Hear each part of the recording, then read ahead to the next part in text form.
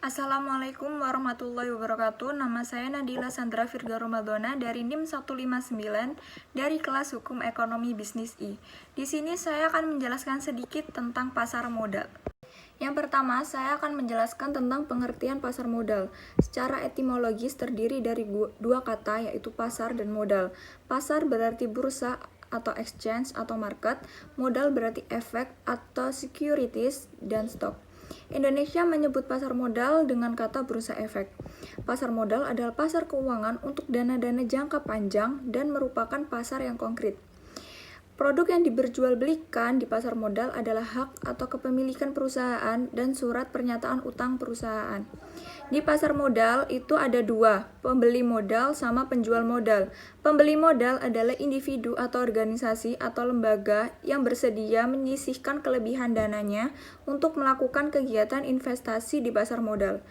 Yang penjual modal berarti perusahaan yang memerlukan modal atau tambahan modal untuk keperluan usahanya. Latar belakang pasar modal yaitu pasar modal dibentuk untuk mempermudah para investor mendapatkan aset dan mempermudah perusahaan menjual aset. Selanjutnya ada fungsi pasar modal. Fungsi pasar modal yang pertama sebagai sarana badan usaha untuk mendapatkan tambahan modal.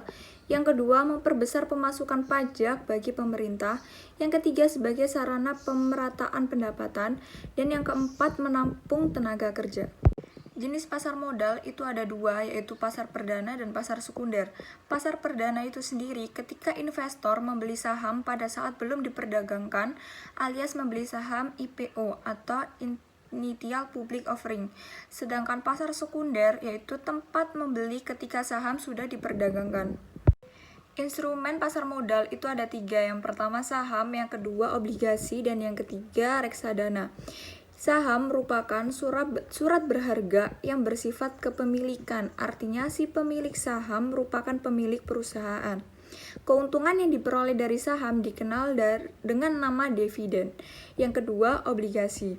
Obligasi merupakan bukti utang yang dikeluarkan oleh suatu perseroan terbatas dengan tujuan mendapatkan modal. Dan yang ketiga, reksadana, sertifikat yang menjelaskan bahwa pemiliknya atau investor menyerahkan sejumlah dana tertentu untuk digunakan sebagai modal berinvestasi. Manfaat pasar modal itu ada tiga. Yang pertama, menyediakan sumber pembiayaan secara jangka panjang bagi dunia usaha, sekaligus memungkinkan alokasi dana secara optimal. Yang kedua, memberikan wahana investasi yang beragam bagi investor sehingga memungkinkan untuk melakukan diversifikasi. Yang ketiga, penyebaran kepemilikan perusahaan sampai pada lapisan masyarakat menengah. Para pemain di pasar modal itu ada tiga, yang pertama emiten, yang kedua investor, dan yang ketiga lembaga penunjang. Emiten itu sendiri perusahaan yang akan melakukan penjualan surat-surat berharga atau melakukan emisi di bursa. Dan yang kedua investor. Investor itu merupakan pemodal yang akan membeli atau menanamkan modalnya di perusahaan yang melakukan emisi. Dan yang ketiga, lembaga penunjang, mempermudah emiten maupun investasi dalam melakukan berbagai kegiatan yang berkaitan dengan pasar modal.